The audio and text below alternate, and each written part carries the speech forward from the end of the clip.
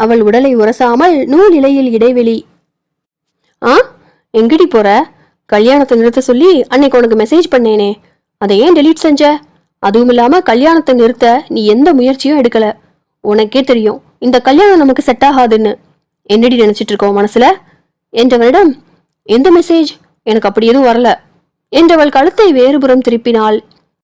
அவள் தாடையை வலிக்க பிடித்து தன்னை பார்க்கச் செய்தவன், ஏய் என்னடி விளையாடுறியா? இப்ப சொல்றேன் கேட்டுக்கோ.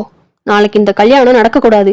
நீ தாத்தா கிட்ட பேசுவியோ இல்ல அத்தை கிட்ட பேசுவியோ இல்ல இந்த கல்யாணத்தை நிறுத்துறதுக்காக செத்து போவியோ, ஐ டோன்ட் கேர். என்னால உன்னை கல்யாணம் பண்ணிக்க முடியாது என்றான் எரிக்கும் விழிகளுடன். அர்ஜுன் அவள் கண்களை ஆழ பார்த்தபடி. அவன் கையை சட்டென்று விலக்கிவிட்டவள், என்ன, நான் நிறுத்தணுமா? நிச்சயமா முடியாது. முடிஞ்சா நீ நிறுத்திக்கோ என்றாள் கீர்த்தி அவனைப் போலவே அவன் கண்களை ஆழ பார்த்தபடி உறுதியாக.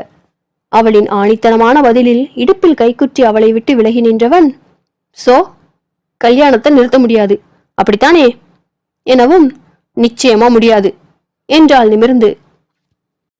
இதுதான் உன்னோட முடிவுன்னா நான் சொல்றதை நீ கேட்டுத்தான் ஆகணும் என்றான் அவளை கூறாக பார்த்தபடி.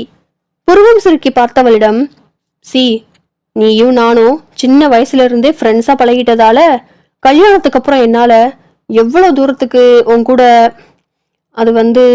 கூட இன்டிமேட்டா இருக்க முடியும்னு தெரியல என்றவன் நெற்றியை தேய்த்தபடி அவள் முகம் பார்க்க, அவள் அதுக்கு என்பது போல் அதிர்ந்து பார்க்கவும், எனக்கு தெரியணும் உன் கூட என்னால எவ்வளவு தூரத்துக்கு இன்டிமேட்டா இருக்க முடியுதுன்னு. இது வரைக்கும் பேச்சுலரா இருந்துட்டேன், இனிமேலும் இருக்க முடியும்னு தோணல. அதுக்கு அவசியமும் இல்லை. ஸோ உன்னை கல்யாணம் பண்ணிக்கிட்டு கல்யாணத்துக்கு அப்புறமும் உன் கூட வாழ முடியாம என்னால கஷ்டப்பட முடியாது என்றவன் அவள் முகம் பார்த்து, I want to have a pre first night with you என்று ஒவ்வொரு வார்த்தைக்கும் இடைவெளி விட்டு அழுத்தமாக கூறிவிட்டான். அடுத்த வினாடியில் அவன் கூற்றின் உண்மை புரிந்து, அஜு என்றபடி கீர்த்தியின் கை அவன் கன்னத்தை பதம் பார்த்திருந்தது. ஆத்திரமும் அழுகையுமாக, அஜு நீயா அப்படி என்கிட்ட பேசுறது என்றவள் கண்களோ கண்ணீரை தேக்கி நின்றது. அவள் அடித்ததில் யூ என்றவன் வழக்கை அவள் கழுத்தை பிடித்து நெரிக்க, அவள் கண்களில் விளைந்த கண்ணீரை கண்டவனுக்கு உள்ளுக்குள் ஏதோ உடைய, ஷிட் என்றபடி அவளை உதறியவன், இந்த கல்யாணம் நடக்கணும்னா நான் சொன்னது இங்க இப்போ நடந்தாகணும்.